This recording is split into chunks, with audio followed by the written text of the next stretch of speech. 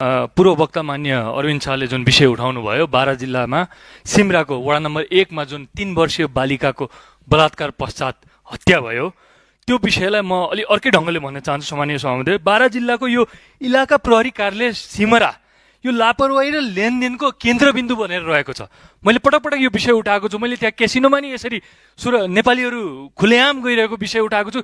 गृह मन्त्रालयको म ध्यानाकर्षण गर्न चाहन्छु। आज 2 जना नालायक प्रहरी अफिसरले गर्दाखेरि 3 वर्षीय बालिकाको हत्या भएको छ रेप पश्चात, र त्यहाँ प्रहरीले खोजेको होइन।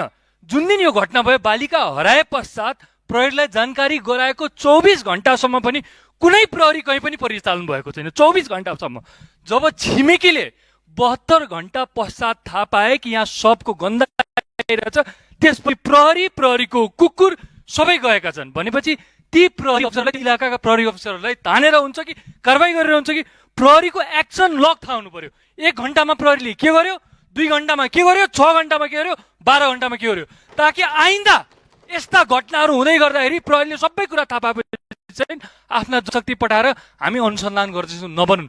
एकजना बालिकाको के गल्ती थियो? न उसले सरकार चिन्छ, न उसले पार्टी चिन्छ, न उसले प्रहरी चिन्छ। उसले के चिन्छ? आफ्नो आमालाई चिन्छन्, उनले आफ्नो आँगनलाई चिन्छन्, आफ्नो छिमेकीलाई चिन्छन्। ती बालिका आज घर आएकी छिन्। त्यस्ता कति बालिकाहरूको रेप भइरहेको छ, हत्या भइरहेको छ। यसमा गम्भीर हुन म गृह मन्त्रालयलाई ध्यान आकर्षण गर्न चाहन्छु। धन्यवाद।